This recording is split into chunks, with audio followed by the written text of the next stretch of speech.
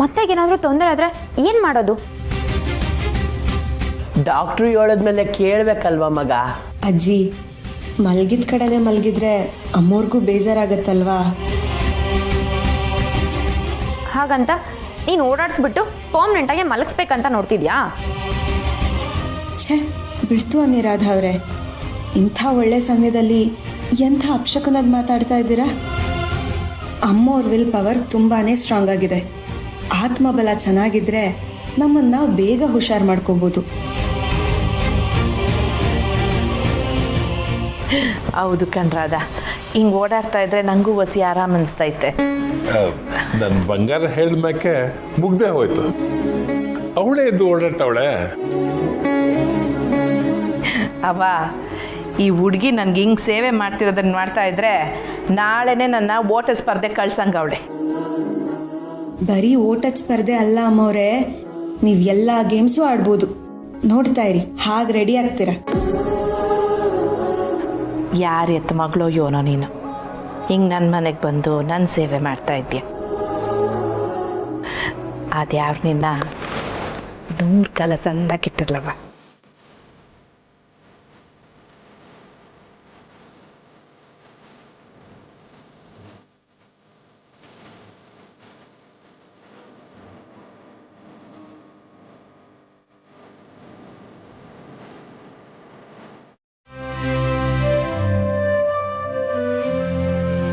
ಛೇ, ನಾನು ಈ ಅತ್ತೆನ ಪರ್ಮನೆಂಟಾಗಿ ಮಲಗಿಸ್ಬೇಕು ಅಂತ ನೋಡ್ತಿದ್ರೆ ಇವಳು ಎದ್ದು ನಡೆಯೋ ಥರ ಮಾಡ್ತಿದ್ದಾಳೆ. ದೇವ್ರ ಆಶೀರ್ವಾದ, ನೀವು ಮಾಡಿದ ದಾನ ಧರ್ಮ ಇವತ್ತು ನಿಮ್ಮನ್ನು ಕಾಪಾಡೈತೆ ಅಮ್ಮವ್ರೆ. ಇಲ್ಲ ಪುಟ್ಟಕ್ಕ, ಅದೊಂದು ನೆಪ ಆಟೆಯ. ಆದರೆ ನಾನು ಹೇಳ್ತೀವನಲ್ಲ, ಇದು ಸತ್ಯ. ಇವಳಿಂದಲೆಯ ನಾನು ಹಿಂಗಾಗಿರೋದು.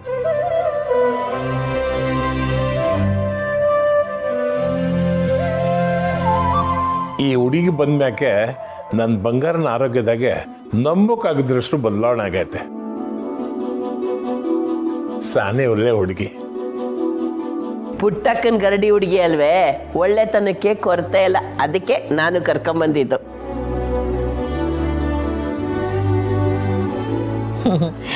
ಇದ್ರಾಗ ನಂದೇನೂ ಇಲ್ಲ ಅವರೇ, ಎಲ್ಲ ಅವಳ ಶ್ರಮ.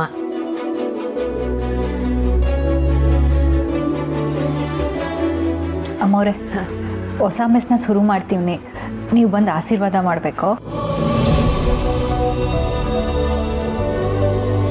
ಈ ಸಂದರ್ಭದಲ್ಲಿ ನಿಮಗೆ ಬರೋಕ್ಕಾಯ್ತದೋ ಇಲ್ಲೋ, ನಿಮ್ಮನ್ನು ಬಿಟ್ಟು ಅವಳ ಮೆಸ್ನ ಪೂಜೆ ಮಾಡೋದು ನನಗೆ ಯಾಕೋ ಸರಿ ಕಾಣ್ತಾ ಇಲ್ಲ. ನೀವು ಬಂದರೆ ನಮ್ಮೆಲ್ರಿಗೂ ಶಾನ ಖುಷಿ ಆಯ್ತದೆ. ಯಾಕೆ ಬರೋಕ್ಕಾಗಕ್ಕಿಲ್ಲ ಪುಟ್ಟಕ್ಕ? ಅದು ಅಲ್ಲದೆ ನೀನು ಕರೆದ್ಮ್ಯಾಕ ನಾನು ಬರದೇ ಇರ್ತೀನಿ.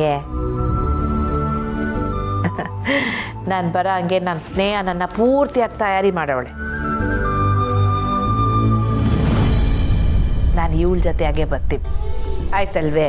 ಶಾನ ಸಂತೋಷ ಆಯ್ತು ಅಮ್ಮರೆ, ನಾವಿನ್ನು ಬರ್ತೀವಿ. ಆಯ್ತು ಪುಟ್ಟಕ್ಕ.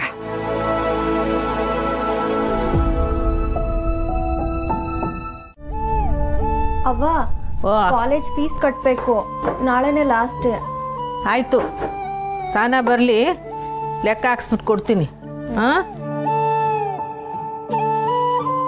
ಅವ್ವ, ಅಮ್ಮವ್ರಿಗೆ ಇವತ್ತು ನುಗ್ಗೆ ಸೊಪ್ಪಿನ ಪಲ್ಯ ಮಾಡಿದ್ದೀನಿ, ಜೊತೆಗೆ ಸ್ವಲ್ಪ ಕಾಯಿ ತುರಿನೂ ಸೇರಿಸಿದ್ದೀನಿ. ಕಾಯಿ ತುರಿ ಹಾಕಕ್ಕೆ ಹೋದ್ರೆ ಈಗಲೇ ಬೇಡ, ಅವ್ರು ಸ್ವಲ್ಪ ಸುಧಾರಿಸ್ಕೊಳ್ಳಿ. ಅಯ್ಯೋ ಅವ್ವ, ಅಮ್ಮವ್ರೀಗ ಮುಂಚೆಗಿಂತ ತುಂಬಾ ಸುಧಾರಿಸ್ಕೊಂಡಿದ್ದಾರೆ. ಆಯ್ತು, ಆ ಪತ್ತಿದ ಅಡುಗೆನ ಡಬ್ಬೆಗೆ ಹಾಕಿಕ್ಕಿದನ್ನು ತಗೋಬೋಗು. ಸರಿ ಅವ್ವ.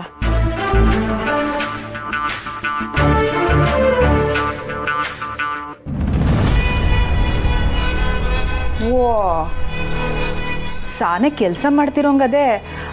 ಸರಿ ಬಿಡು ಪುಟ್ಟಕ್ಕ, ನಾನು ಆಮ್ಯಾಗ ಬರ್ತೀನಿ. ಅದು ಸರಿ, ನಿನ್ನ ಬಾ ಅಂತ ಕರೆದಿದ್ಯಾರು? ಅಯ್ಯ, ಏನು ಮಾತು ಅವೆಲ್ಲ. ರಾಜವ್ವ, ಮೆಸ್ಸು ಅಂದ್ಮ್ಯಾಕೆ ಕೆಲಸ ಇದ್ದಿದ್ದೀಯ, ನಿಂಗೆ ಗೊತ್ತಿಲ್ವೇ? ಅದು ಸರಿ, ಇವನು ಬಂದದ್ದು ಏನೋ ವಿಷಯ ಕೇಳ್ಪಟ್ಟೆ, ಅದು ದಿಟ್ವೆ ಅಂತ ತಿಳ್ಕೊಂಡು ಹೋಗುಮ್ಮ ಅಂತ ಬಂದೆ ಪುಟ್ಟಕ್ಕ.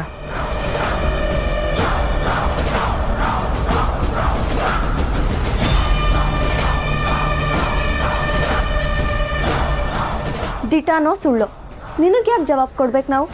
ನನಗೇನು ಜವಾಬ್ ಕೊಡಬೇಕಾಗಿಲ್ಲ. ವಿಷಯ ದಿಟ್ಟ ಆದರೆ ಬಾಯ್ ತುಂಬ ಅರ್ಸೋಗಮ್ಮ ಅಂತ ಬಂದೆ ಪುಟ್ಟಕ್ಕ. ಓಹೋ ನಿಮಗೆ ಅದೆಲ್ಲ ಬರುತ್ತಾ? ಏಯ್ ಯೋನಿಲ್ಲ ಪುಟ್ಟಕ್ಕ, ಸಾನಾ ಟೌನ್ನಾಗೆ ಹೊಸ ಮೆಸ್ ಶುರು ಮಾಡವಳೆ ಅಂತ ಕೇಳ್ಪಟ್ಟೆ. ವಿಷಯ ದಿಟ ಆಗಿದ್ರೆ ಸುಭಾಷಿಯ ತಿಳಿಸೋಗಮ್ಮ ಅಂತ ಬಂದೆ ಆಟೆಯ. ಇನ್ನೇನು ಪುಟ್ಟಕ್ಕ, ಗಂಡ ಅನ್ಸ್ಕೊಂಡವನು ಒಂದು ಮಾತು ಕರೀಲಿಲ್ಲ.